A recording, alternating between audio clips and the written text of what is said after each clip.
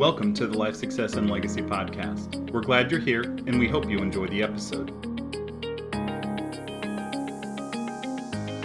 Hey everyone, welcome back to the next episode of the Life Success and Legacy podcast. My name is Chris Bay, joined by three of our team members. We've got MC Mike Crawford. How you doing, buddy?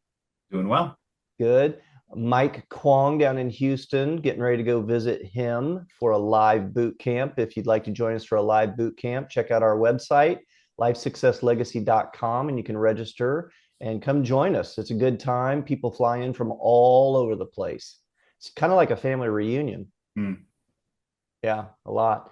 And then the king, El Jefe, Mike. What up? What up? Mike Everett. How are you, sir? I'm doing good. Mike Everett's back on the mend. He had a little bit of a down period. About 10 days worth. It wasn't any fun. Yeah, lost some weight. I did. Great. Working on gaining. I'm back up to my fighting weight already. There you go. There you go.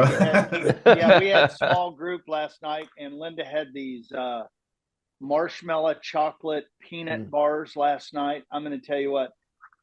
You remember the old, what was it? Ruffles have ridges. You can't just eat just one. Yeah. Oh, dude. I was all in. The really great thing was I didn't have coffee. Because if I'd have had coffee, I'd probably still be in bed. Because you would have been up all night. Oh. Good stuff. Hey, every once in a while, it's good to just kind of reset the table. And we have clients who listen to this, and then we have folks who are checking us out, and they're like, hey, what is this IBC thing? What are these LSL folks? You know, back in the day, Mike Everett, there weren't a lot of options out there. Nope. But now there are a lot of options out there, right? Yep. Of how to do IBC, who coaches, how do they coach, how do they design policies? I mean, there's a whole buffet. Gaggle. Yeah, there's a whole gaggle buffet of options out there. And we talk about scrubbing our language. We want to be really authentic and true to who we are, what we teach, why we teach it, all those things. And really, all arrows point back to Nelson Nash, who is the godfather of infinite banking, and his book, Becoming Your Own Banker, which, if you have not read it, don't have a copy, get yourself one. You get them on our website. Sir. You can get them on Amazon. We don't care where you get it. We had one client who got it found it at a used bookstore, and that's how they found us. It had Mike Everett's name in the front of it, and so we called. Oh my gosh. It's true. I forgot that story. Yeah. Mike Everett, you don't stamp anymore, do you? Well, it's funny that what I do is, and I'm going to just put this up in the thing. It just says, what's your dream? Yeah. And then it has our mission statement with our website. Yeah. And we just tell people, go to the website. That's where you're going to find out everything you need to know about IBC as far as life success and legacy is concerned. So we were thinking, and actually our topics stem from you all, honestly, from our clients and from other questions that we get. And one of the questions recently was, and this then came from Shelly, she's like, I think you guys should do a topic sometime about what is it that LSL does? Who are we? And what do we not do? Who are we not? Yeah. Right? Let's be real clear and distinguish what is it that LSL does and who are we? Okay. So that people that are interested in learning about IBC, we want it to be a match for you. If we're not a match for you, that's fine. In fact, you could even reach out to us and say, I don't think you're a match for me, but do you have anybody who you think might be? We could make that recommendation for you, just depending on your style and what you're interested in and those kinds of things. So guys, when we talk about who is LSL, what are we about? What do we do? And then we can also talk about what we don't do. What are the things that pop up for you that immediately you're like, well, this is who we are? Well, I'm going to jump right in here because I get this all the time. I'll be somewhere and somebody will say, tell me again what you do. And I literally say to them, I am an infinite banking concept coach. an educator, a teacher. We teach IBC at a very, very high level. But if I had to get down to even a little bit deeper into their life success and legacy, which is us and our team, we are educators of the infinite banking concept. And I go back to Nelson's book all the time, because really, as educators, what is our job? Our job is to provide information, to provide resources, to provide the kind of the overall picture of what people are kind of looking for in their, and I'm going to use this, their financial journey. But yet, because of where people are and the education that they already have, somehow, some way, we've got to provide the education and the teaching for them to be able to get out of the ruts of this financial world that has been created not for them, but for the systems that are already in place. Now, that was a whole lot of mouthful of stuff right there. But yet, I'm going to get back to basics again. We're infinite banking concept educators and coaches. Yeah.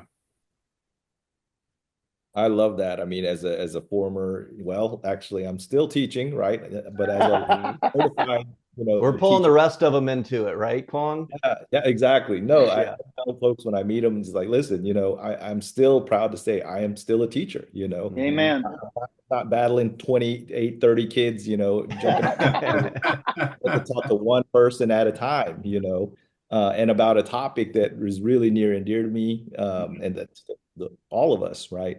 So I'm very proud of that. Wear many hats. If you know my story, I've done that. But being an educator and a teacher, that's where it's at. And the way we get to build the confidence and competence, as your words are, right? That's it. That's it. Yeah. Jumping off of that, Kwong, you just made me think something. As a teacher,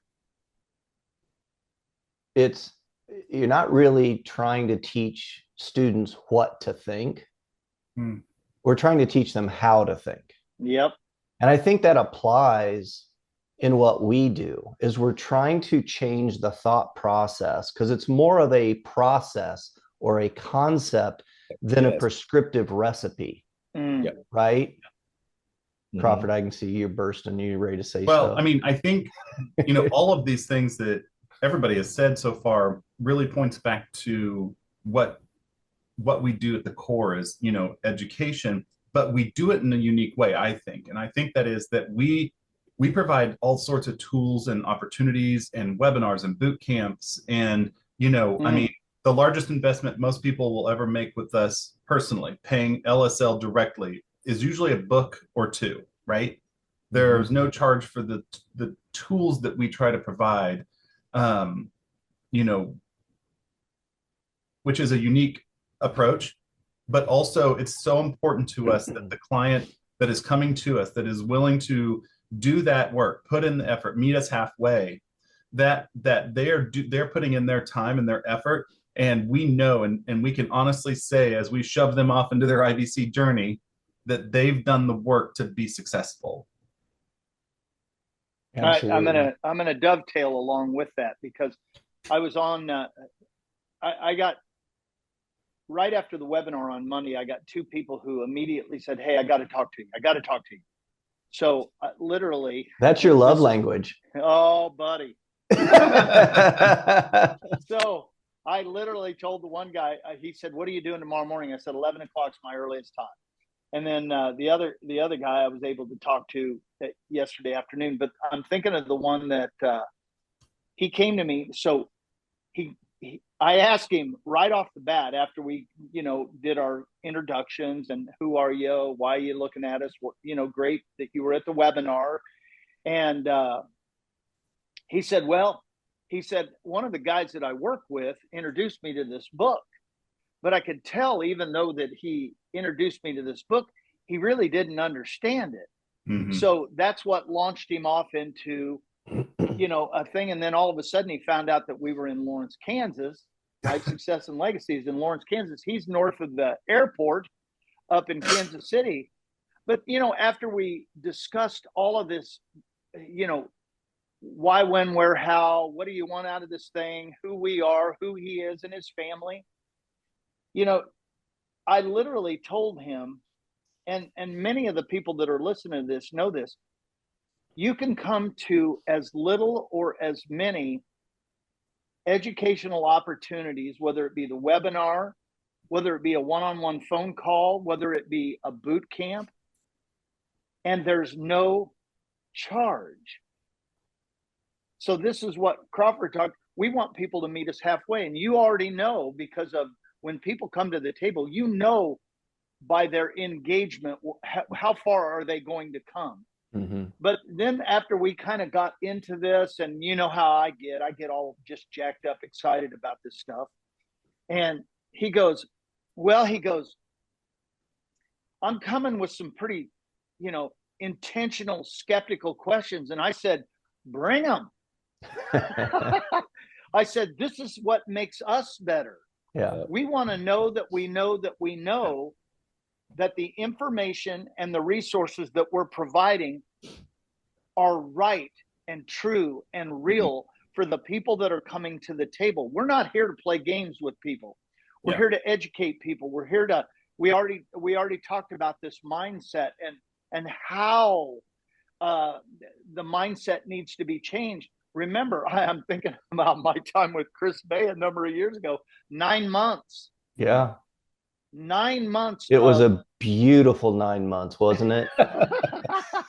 Well, this is before we had software, but, I think about, all of the times that we got together and the skeptical, and you could feel, and we do this with our clients, you feel this wall, and it takes time to engage and teach and provide information that's real, true for their particular situation. Mm-hmm. As the wall begins to crumble, that's when the lights in their brain begins to light up. Yep.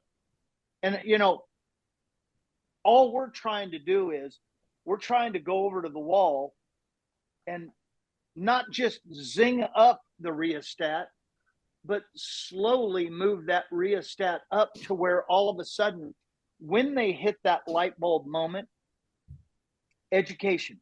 Mm-hmm. And the education starts here. Yeah. Right here in becoming your own banker. It's where it started for us. I know that we all, when we dove into Nelson's book, we skeptically kind of, I remember doing this, just kind of looking at this and thinking to myself, my goodness gracious, if this is true, mm-hmm. why wouldn't everybody do this? Yeah. I want to give a recent example, and hopefully this will, for our listeners, kind of paint a picture of how we operate.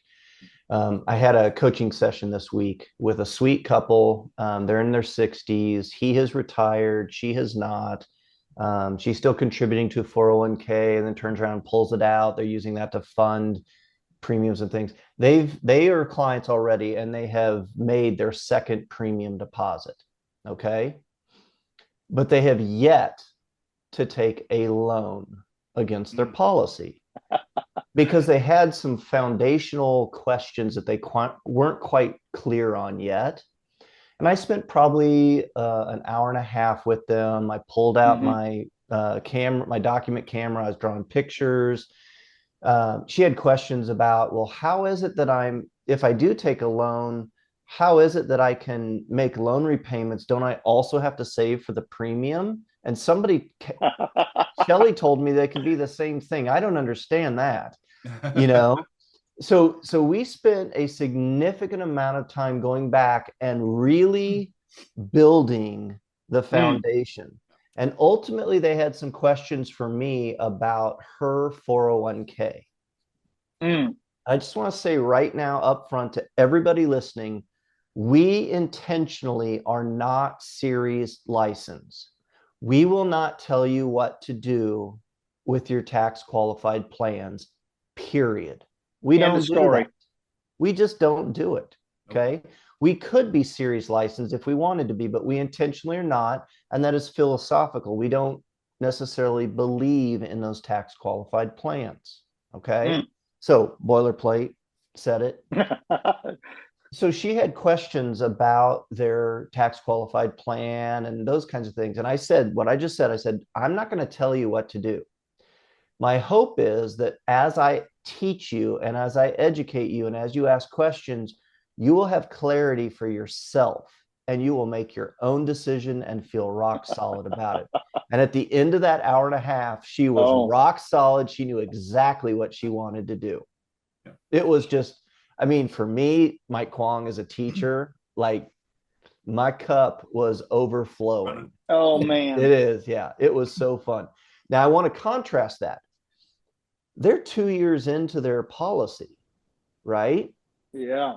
Still having questions, and I'm still teaching for an hour and a half and loving it. Then we got other clients who we've been teaching at that level, but we've done it for a time period where now the coaching session is, my role in it is simply, yeah, I agree. I would probably do that. That makes sense. Because they now have that confidence and competence. Boom. And it's about the concept. It is not about the product. It is about the concept. So that's my little. I think that's a really good point, Chris. Like, you know, when we talk about our software a lot, and I tell every agent that ever uses our software, I tell every client that I review it with, this is an illustration. It's for illustrative purposes only. It's what's possible. And that's why it's inspiring hope and freedom. It's not a roadmap to financial success, period. It is, you know, it's a tool that we use to help people visualize with their numbers, real dollars, real cents, their money, what is possible. Like the hope that comes from that is abounding, in my opinion. And it helps solidify the other things that we teach and educate upon. All the books, all the webinars, all the things. They see their numbers, and all of a sudden it's like that scene from the movie where all the numbers are floating through and they can see the formulas coming together. I'm not saying it's a beautiful mind, barrel, but yes, but it is a process that when we put all of those puzzle pieces together, that's what we are, in my opinion. We are organizers of puzzle pieces. You know, you always start with the border and then you work on organizing it for colors and all that stuff.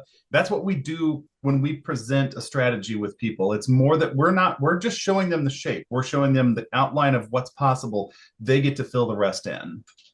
You three have already used the words of competence and confidence. Yeah. And that we're not series licensed, that we don't do all of the stuff that the financial reps do.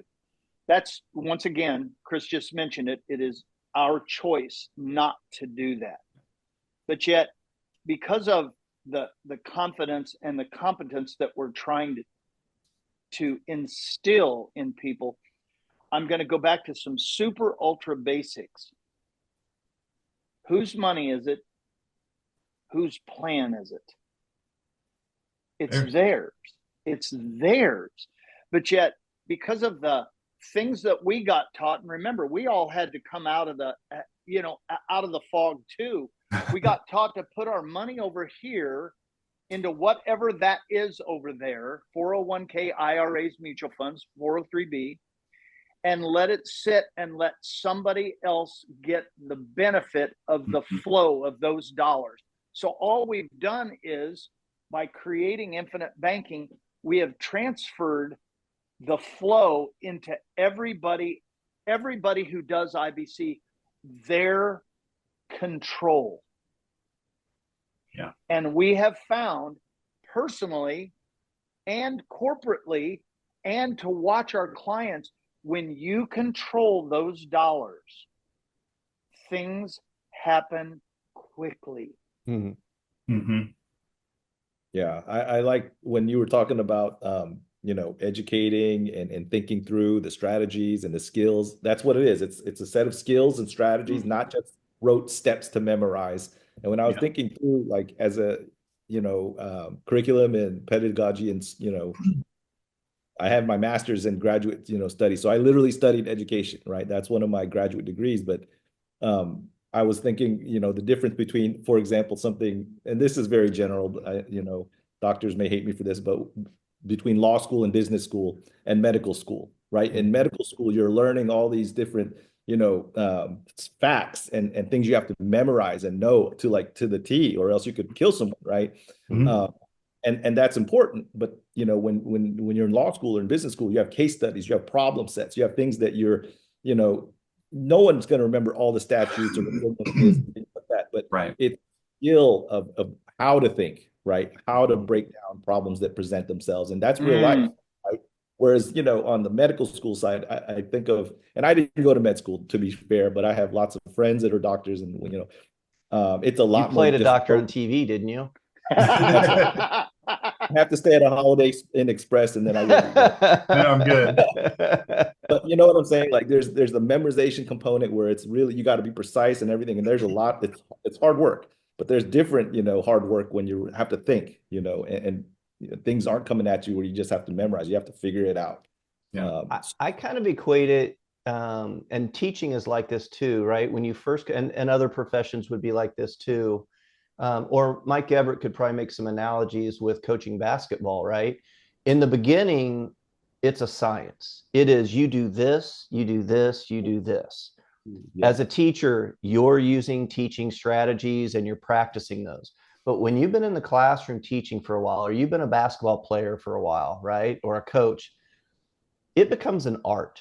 Yeah. You know when to pull something out of your sleeve that may not be in the textbook, but in that situation, there's a high likelihood that this is going to make a difference in this situation. Right. And I think that's where we see IBC almost as an art.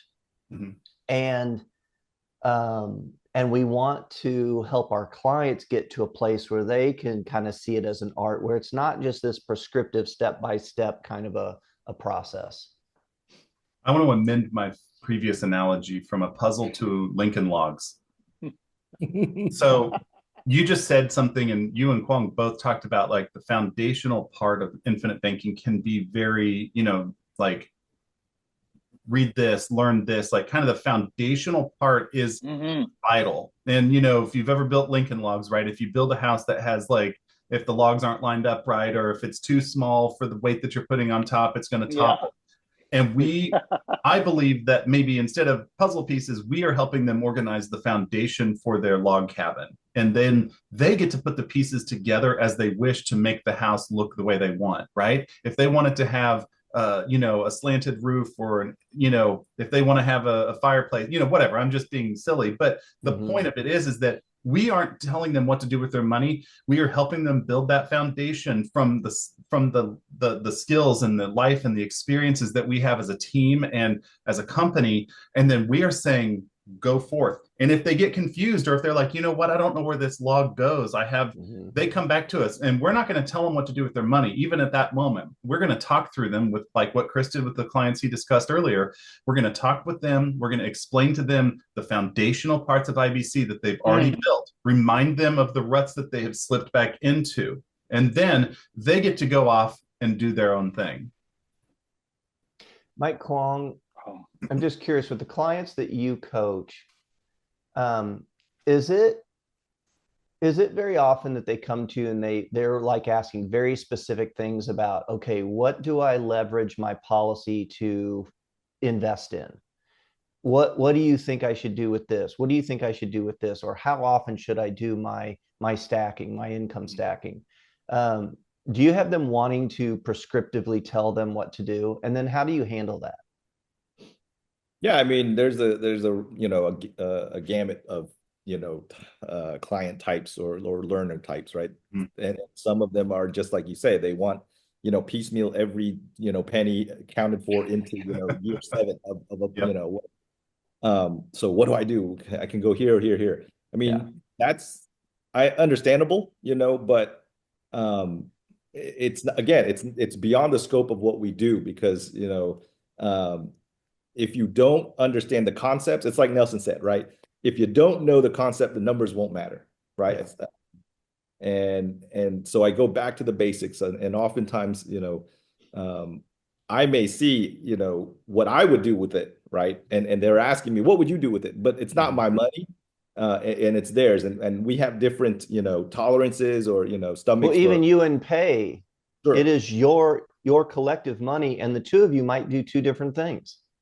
Yeah. Yeah. And that's okay. Yeah. The key is that you have control of that, right? And whatever your choices are, okay, you're going to be better off because you have run those dollars through a policy. Yes. Okay. And that's what I always go back to. You, like Mike Everett said, right? You can't break it. You want to talk about it. And I joke that we try to build it with the 4 years of capitalization as strong as possible with the guarantees, ram tough. Doesn't mean you want to just drive it off a cliff in the first year, right? Well, exactly what you're explaining is we're going to go back to I always go back to the book. Okay, so think long term, capitalize generously, don't steal from your system, quit doing business with banks, and rethink your thinking. Okay, 5 principles. Are those principles in play all the time? All the time. But yet, then I go back to another part of the book where, with the couple that you talked to, they've now in their second year of capitalization. Well, in the book, the twins capitalized their policies 7 years. The business owner capitalized his 4 years before they actually got themselves to a place where they thought about taking a policy loan. Yeah. Why? Because of page 28, Parkinson's law. Because when we get money in our hands, what do we do with it? Poof. We spend it. Whoosh. It comes in the front door, it goes out the back door, and 99% of the people have no idea what they've done with it. This is why you've got to come back to Life Success and Legacy and get some coaching. Yeah. This is why we offer as many coaching sessions as you want. Usually people will take advantage of one a year. End of year, we call it end of year coaching. Because what happens is we want to see what's happened in the last year, what has changed, what are we trying to do in the next year to come, and then making sure that your plan is doing exactly not what we want it to do, but what you want it to do. Yeah. Oh my gosh. One of the things that Shelley faces often, well, I don't know if I would say often, but from time to time, when people aren't clear about what we do, and they're newbies, they're learning, they're excited and all that, and they'll shoot her an email and say, "Hey, I just made a payment on my credit card. Can we run a new plan with your software?" Like every month they want to see a new plan. We're like, no, that's not what we do. As Crawford said earlier, the software is to show you what's possible, right? It is not a recipe. Mike Everett, do you know, like, what percentage of clients would you say have actually followed their software plan to the T? Out of all the clients that you've worked with over the many years, what percentage of the people would you say actually follow the plan to a T? 0. Maybe 1%. Yeah, Well, maybe 1%. I, as a coach, I'll be the first to say, we fell off our plan, like in the first year, and that's okay. Get back on, and sometimes you run ahead. But and I think that's the beauty, and we've talked about the flexibility of IBC so many times, right? But like, Nelson talked about the chapter in the book about the people with gold. Everett, can you go over that? Oh, buddy. So those who have the gold make the rules. And I think that we're not saying that you're going to have, I'm not saying that you're going to have all the gold. I'm going to say that if you start controlling your cash flow and you start taking control of that financial portion of your dollar, and you get to choose where it goes, and it doesn't sit and say stale for years and years, opportunities will find you. And that is when your plan can change. And that is when we love to hear those. We come back to the table and say, sure, we'll run a new illustration after that first policy year, second year, third year, whatever, because some opportunities came up. And not all of them are positive. Sometimes life happens and things go, sideways. but we're there for those as well. And I think that that's what Everett was saying earlier is like, when you have things in your life that shift, we want to hear from you. Not because we want to tell you how to use your money, but because we want to remind you of that foundation and teach you the concepts of what you could do with your money. And then you get to go out and make those things happen. Great example. Last night I got a message from a client and he got an inheritance. Mm-hmm. And he's like, I need to talk to you. Right? Am I going to tell him what to do with his money? No. But we're just going to, he's all excited because he got an inheritance. And now, you know, your fingers start sweating. You're like, what do I do with this? And I jokingly said, let's blow it. Why don't you take me out to lunch for my birthday? That's funny. But it's coming back and saying, okay, let's go back to the principles. Let's go back to what are your goals from your dream conversation, right? Yep. And Crawford, I'm so glad you brought that up. There are those times where we do circle back around and we use the software to reset the table, right? Yep. Not on every credit card payment, as I mentioned earlier, but when there are times that happen, whether someone gets laid off, right, or you know, a car breaks down or they need to replace a vehicle and they're trying to think about how to do that. They don't have the enough cash in their policies to finance the whole thing themselves now. Yep. Oh my gosh, what do? I don't have enough money to self-finance this. In those situations, we are all in on that. We 100%. Love helping people think through that process so they can make the decision for themselves based on their goals. Yep. You know, Bay, as we kind of like come to land the plane on this one, there's something that you do every boot camp. And at first, for the first year, so we did these live boot camps every quarter or whatever, you'd start this way. And I always kind of chuckled. I was like, he's such a teacher, just, you know, creature of habit with the way he does it. Yeah. But the first thing you do is you open your book and you read from the first page of Nelson's book. Mm-hmm. Can you go over that? Because I think it is an absolute vital part of this entire conversation. Yeah. I mean, you know, people who are new to us, they're signing up for a financial seminar, you know, and they may not know they might know a little bit about it, like, oh, this is about life insurance and banking and things like that, but they may not really, you know, those Lincoln Log foundations, they don't know about that part. Yep. And so I think Nelson in his wisdom did such an amazing job in the very first page of his book. You know, when there's all the noise about return on investment and rates of return, and even life insurance companies get into it and they're like, hey, we're going to create an index universal life policy so you can invest and still have life insurance. You know, they're doing all those things because it's all about that noise of rates of return. And in Nelson's wisdom, and this is how I start the boot camps that Crawford's making fun of me about. Sure. Not anymore. I always tell people, and I'm very teachy about it. I'm like, okay, I'm on the very first page of Nelson's book. The introduction to the 5th edition is mine. And that's page 3 in his book. And I said, I'm going to the second column, the first full paragraph. And if you've got a book, I want you to turn to that and follow along with me. Okay. And Nelson says, this book is not about investments of any kind. And sometimes I'll stop and say, I'm going to read that again. Yeah. Pause for dramatic effect, right? This book is not about investments of any kind. It is about how one finances the things of life, which can certainly include investments.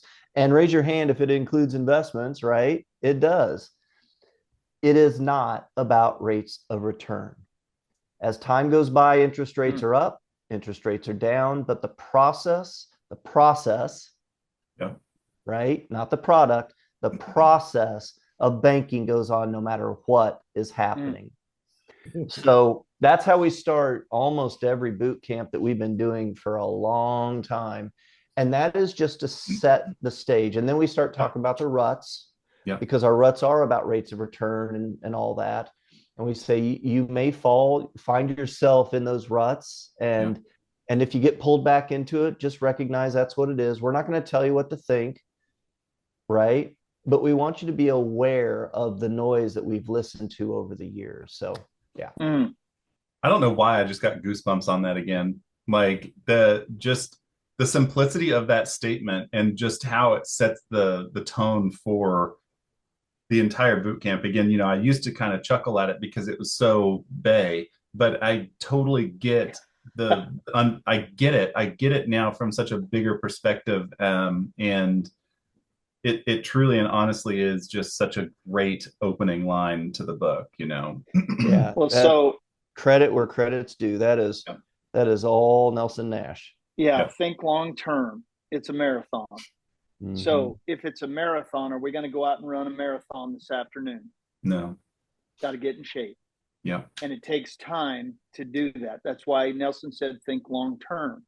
But yet, if you talk about investing, or if you talk about long term thinking, or if you're talking about building a business, you are not going to make a profit in the first year or two of a new business. It takes time, but you've got to invest in it. Okay, so that means capitalize generously. We're back to the principles again. If you want a little out of your system, put a little into it. If you want a lot out of your system, put a lot into it. So this is exactly why IHF was designed. We want people to know that once you plug in your financial picture with us, we'll be able to design a step-by-step plan. Now, I'm going to tell you that somewhere in the neighborhood of 50 to 60% get flat out excited about this when they get to see their numbers. Mm-hmm. But yet, part of our whole thinking is, if we can't put you in a better place tomorrow than you are today, you shouldn't do IBC. And how many of that 50 to 60% want to put in more than what we're suggesting? Yeah. Almost 100% of them. So what we've got to do is we got to pull people off the ledge and say, wait a second here, hold on. We know what the potential is. We know what the outcome is because of the experience and the wisdom that we have been granted because of the teaching model that we provide for our clients. Mm-hmm. But yet we know that these people are going to take a little bit of time to understand what a policy premium deposit is. What is a policy loan? What's the interest rate? Why do I make policy loan repayments? And so we know that because of all of the features and all of the things that we teach, it takes time for people to really take this and shove it in their brain to where it becomes a daily thought process. Yeah. Mm-hmm. But it is exciting when we get to see those lights just come on. Mm-hmm. It is fun stuff. MK?